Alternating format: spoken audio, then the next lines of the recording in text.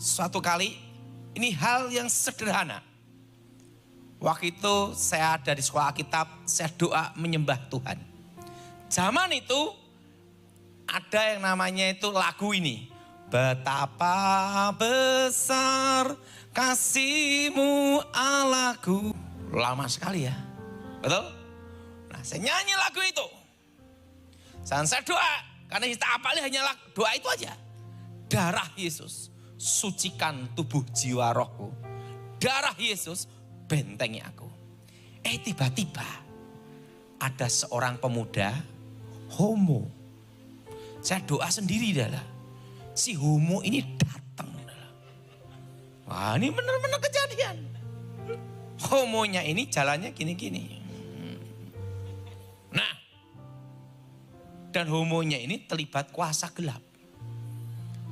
Dia belajar ilmu perdukunan, dulunya laki-laki normal. Disuruh kungkum di sungai, nggak taunya dukunnya homo, disikat dari belakang. Disodomi. Nah, nular itu saudara. Akhirnya dia jalannya gini. Nggak bisa lurus. Nah, apa yang terjadi? Waktu itu saya di tempat doa sendiri.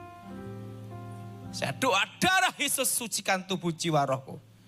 Tiba-tiba dia megang saya. Plak gitu. Belum sampai nyentuh. Langsung kesurupan. Langsung begitu kesurupan. Saya doa. Dalam nama Yesus setan keluar. Darah Yesus hancurkan kutuk. Darah Yesus hancurkan mantra. Roh-roh jahat keluar. Demi nama Yesus. Langsung sadar. Dan hari itu juga roh homonya keluar. Dia jadi laki-laki normal, punya istri dan punya anak. Nah, padahal waktu itu dia datangi saya. Karena kan doa saya berdiri gini. Didatangi dari belakang. Mau nyentuh langsung manifestasi. Artinya apa? Pada waktu mau menyentuh itu ada pelindungan Tuhan. Artinya apa? Iman itu meyakini, mempercayai adanya apa? Perlindungan, kuasa darah Yesus.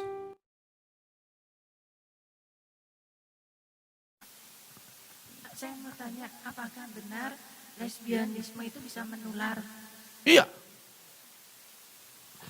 Setiap hari sama bencong. Laki-laki normal jadi apa? Transfer. Jadi gini-gini. Transfer. Ingat. Pergaulan yang buruk merusak apa tidak? Oke.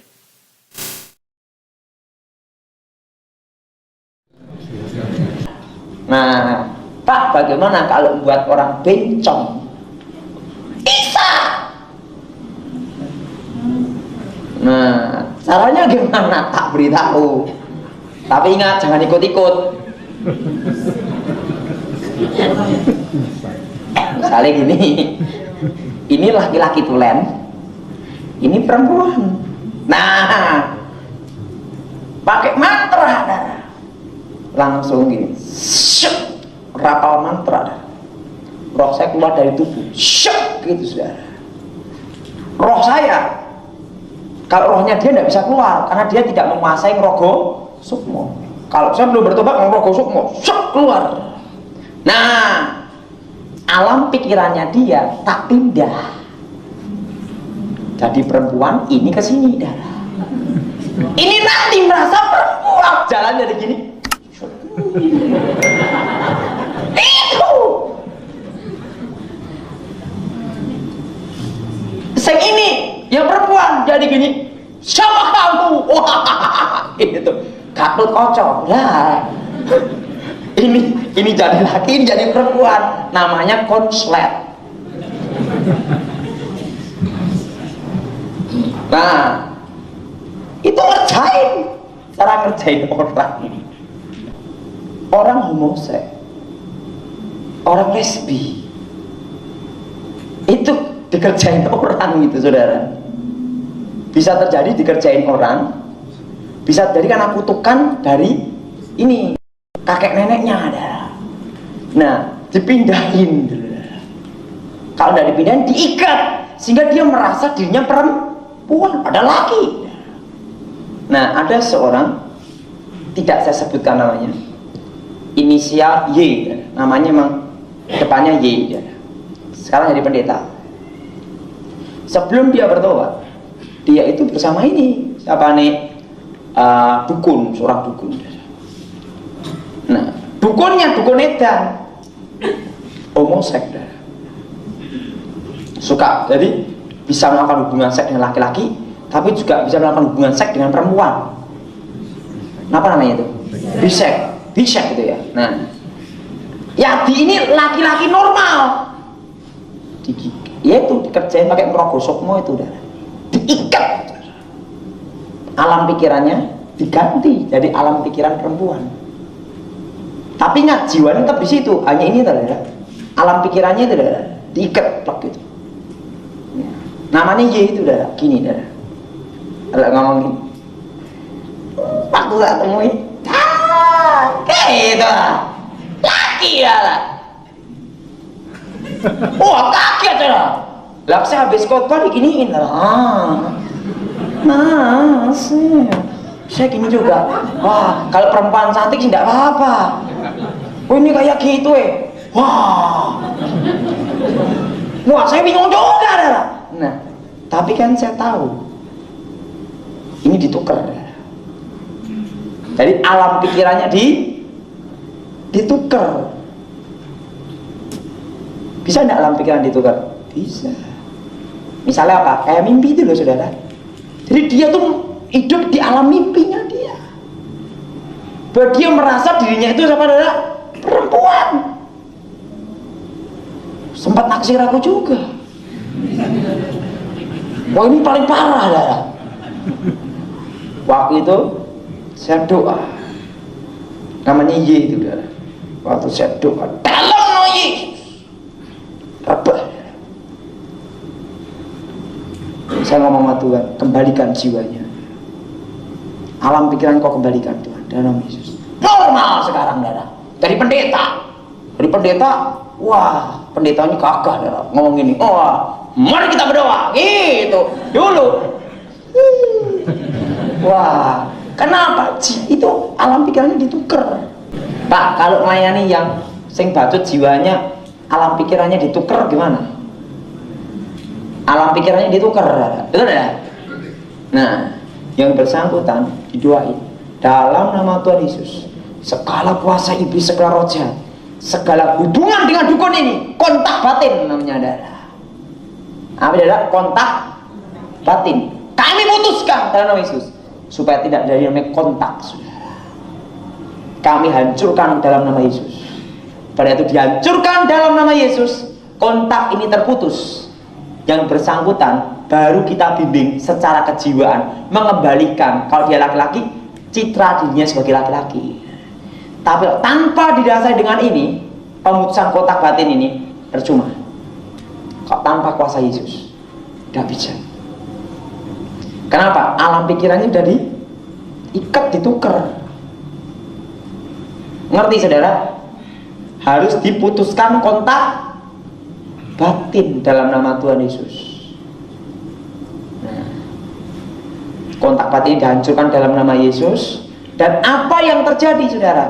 Baru kita bimbing firman. Baru setelah itu dia kembali ke citra dirinya. Untuk mengembalikan jiwanya ini kira-kira setahun.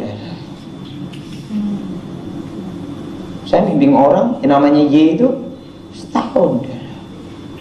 Setahun itu saya bimbing. Untuk karena apa? Jiwanya udah terlanjur ditukar dengan alam pikirannya dicekoi itu. Kan harus mengembalikan jiwanya, betul tidak? Bukannya jiwanya ini pindah ke sini, bukan, tidak? Tapi alam pikirannya dibuat kayak alam mimpi, tidak? Sehingga dia merasakan seperti perempuan.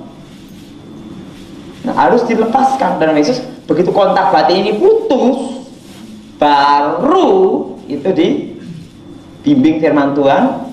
Kan sudah dia kembali ke citra dirinya, jiwanya, ada. Dibimbing firman Biasanya kalau keturunannya, kakek neneknya terlibat ilmu ini, banyak anak-anaknya ada kelainan seks, bencong, homoseks, maniak seks, dan lainnya. Sebabnya apa? Hukum karma. Itu kutukan. Tapi kalau kita percaya Yesus, hukum karma tidak berlaku. Kenapa saya bisa ngomong demikian?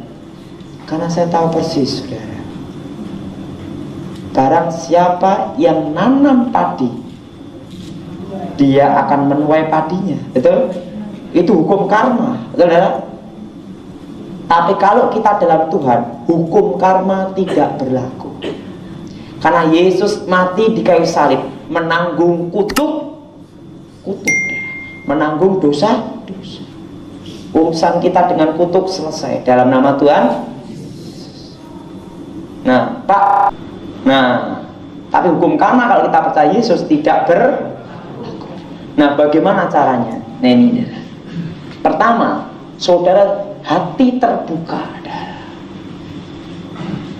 Hati adalah terbuka. Menerima Yesus sebagai Tuhan dan Juru Selamat. Hati yang terbuka. Dan yang kedua, firman itu harus ditanam di dalam hatinya. Karena firman itulah yang memerdekakan.